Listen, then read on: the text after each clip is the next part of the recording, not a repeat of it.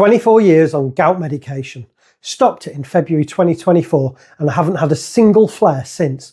Not because I got lucky, but because I finally understood what was actually causing it. Because it wasn't the red meat, it wasn't the seafood.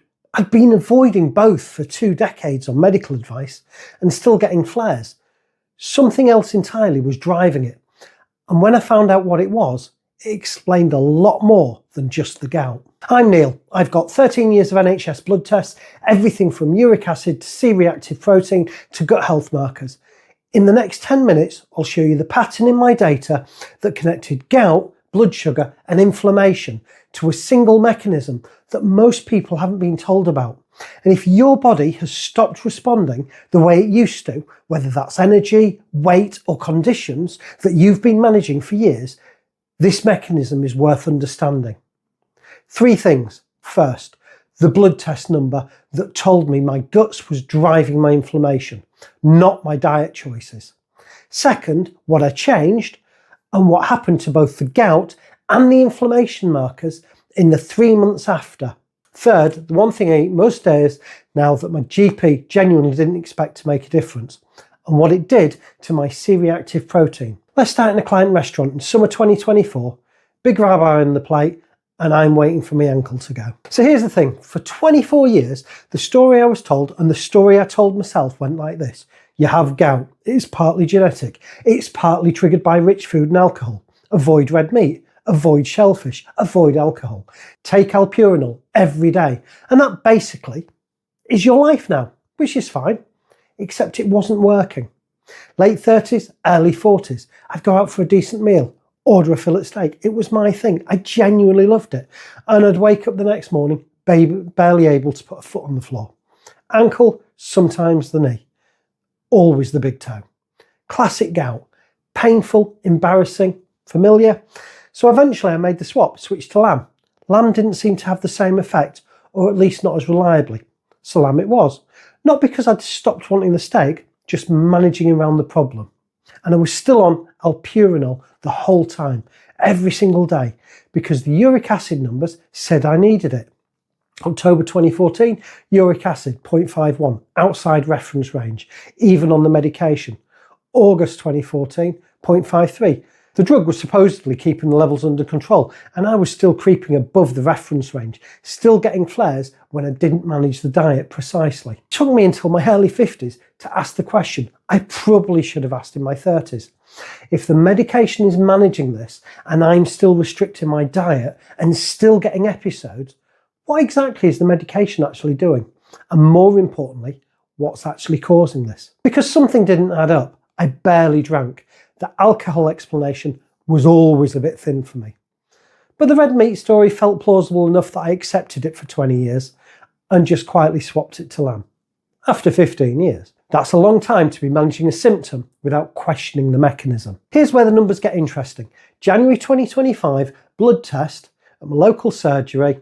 This is the same test that confirmed I was 15 months medication free across everything. Ferritin was low. Now that's a different story, but the marker I want to focus on is C-reactive protein. CRP, it's an inflammation marker. Normal range is under 10. Mine came back at 6.2 milligrams per litre. Now 6.2 is technically within the normal range. My GP wasn't flagging it, but I was tracking it as a pattern. And 6.2, when you understand what CRP actually measures, is not nothing. It's the upper end of what you'd want to see. It suggested there was a slow background level of inflammation sitting in my system. Not acute, not an emergency, just there. 3 months later, April the 8th, 2025, CRP was 1. An 84% drop. Same person, same GP, same lab, 3 months apart. That's the number that stopped me. Not because 1 is dramatic, it's well within normal, but because the gap between 6.2 and 1 told me that something had changed significantly in how my body was handling inflammation. And I hadn't started any medication, hadn't changed my fasting pattern dramatically. I had changed some of the foods that I was eating, and I had changed the amount of movement I was doing in a day. Same blood test panel, same April date, Calprotectin. That's a gut inflammatory marker. It's measured from a stool sample, and it tells you how inflamed the gut lining is. Result, less than 5 micrograms per gram. That's not just normal, that's clean. as clean as it gets. And the alt liver enzyme, 23, lowest it had ever been in 13 years of records. So you've got CRP dropping 84%, gut inflammation at the floor, liver function optimal, all at the same time. That's a pattern. 3 markers moving together in the same direction over 3 months. It's not coincidence. Now the gut connection, here's where it took me a while to see it properly. Uric acid, the compound that causes gout, is partly produced by the breakdown of purines, which you find in red meat and shellfish. That's the conventional story. What that story doesn't mention is that uric acid metabolism is also tied to inflammatory processes in the gut. When the gut lining is compromised, when you've got ongoing gut inflammation, it can affect how the body processes and excretes uric acid.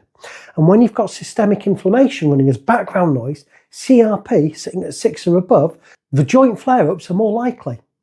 I'd been treating the symptom, the uric acid level, with Allopurinol for 24 years. What I hadn't addressed was the environment that was making the uric acid a problem in the first place, and that was the pattern that I'd missed. Summer 2024, I'm at a client dinner. There's a ribeye on the menu. For about 20 years, I'd have ordered something else. Lamb, chicken, whatever was safe. This time, I ordered the ribeye, not to test anything formally, just I'd been eating differently for several months, less processed food, more variety, more plants, and something in me thought, let's see. Nothing happened. Not the next morning, not 2 days later. I walked out of that restaurant and I walked normally. Which sounds ridiculous, but genuinely wasn't something I took for granted. I'd planned meals around my ankle for 2 decades. That was the moment it clicked. Not the blood test, the steak. The blood test confirmed what the steak had told me, that inflammation was down. The gut was clean. The joint, which had been a problem for 24 years, had nothing to flare. And I'd arrived at this via a fairly indirect route. I'd been listening to Zoe, Tim Spector's work, and I'd read Chris Van Tilken's book, Ultra Processed People. What those two did was reframe the whole picture.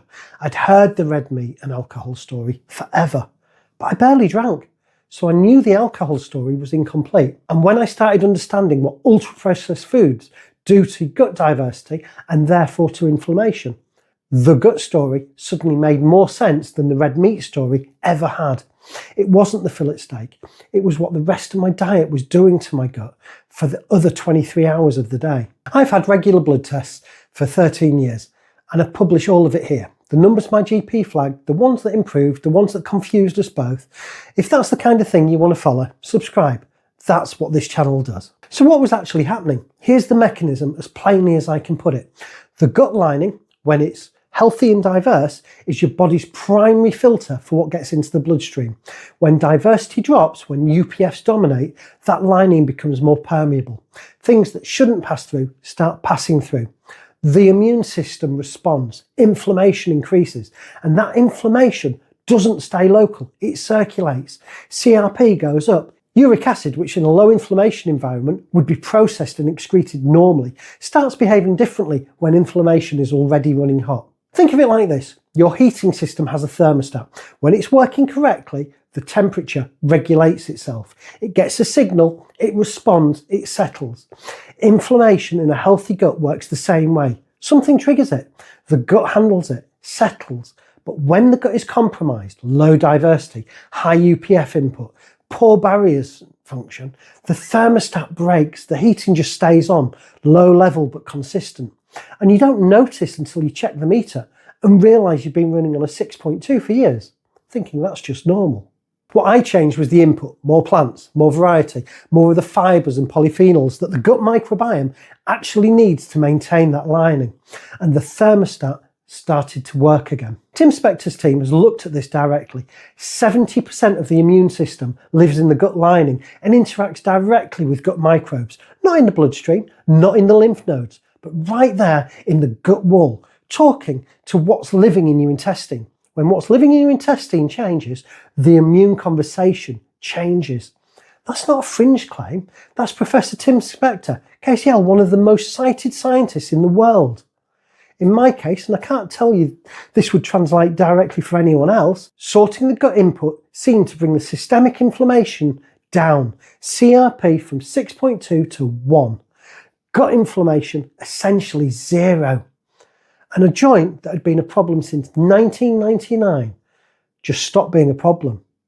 My GP wasn't expecting the Calprotectin result to be as clean as it was. Her comment was something along the lines of, well, the gut data is better than most people half your age. Not a typical result for someone who'd spent decades on Allopurinol, asthma inhalers and statins. But there it was. If I was starting again, late 20s, early 30s, first gout diagnosis, GP handing me a prescription, I'd ask a different question. Not what do I avoid, but what's actually inflamed and why. The avoidance approach took me 20 years and a lot of lamb. The mechanism question took about 6 months to produce a meaningful answer. I'd also start paying attention to gut diversity earlier, not because I was miserable eating plain food, I wasn't, but because the variety of plants I eat now and how I cook them is honestly better than what I was eating in my 40s. Homemade soups with spices, beans, seeds, proper vegetables. I arrived at it through logic. I'd like to arrive at it through someone explaining the mechanism 10, 20 years sooner. If you're already tracking and you've got a condition that involves inflammation, gout, arthritis, autoimmune, anything, recurring infections, skin conditions, I'd look at two numbers, if you haven't already, CRP and Calprotectin. CRP gives you the systemic picture, Calprotectin gives you the gut picture. If CRP is sitting between 5 and 10 and your GP says within normal range, it is, technically, but it's worth asking, is that where you want to be? And is the gut contributing to it? Those are questions worth taking to your GP. Not a diagnosis, just a question worth asking. And if you're not at the diagnosis stage, if you're just noticing your body is doing things it wasn't doing 5 years ago, joints a bit stiffer in the morning, energy not quite right, a bit more inflammation after certain foods, this mechanism is worth knowing about. Not because you have gout, but because gut diversity and systemic inflammation tend to start drifting in the wrong direction years before anything gets a clinical name. The patterns show in the data first, and that's worth knowing. And here's the thing about that mechanism. It's not condition specific. The way gut diversity affects immune function, inflammatory response, and how the body processes everything from uric acid to blood sugar, there's a system, not a diagnosis. It tends to start quietly, long before anyone calls it anything. If you want to start tracking your own inflammation and gut health, I've put together a biomarker tracking template. It covers CRP, Calprotectin, HbA1c and the other markers I monitor. The link is in the description, free download. One more thing, and I mean this, so I'm not going to rush it. This is educational content only. It's not medical advice. If you've got gout, if you're on Allopurinol or any other medication, speak to your GP before changing anything. My medication decisions were mine. They were not supervised at the point I made them, and I wouldn't recommend replicating that approach. Get the conversation with your GP first.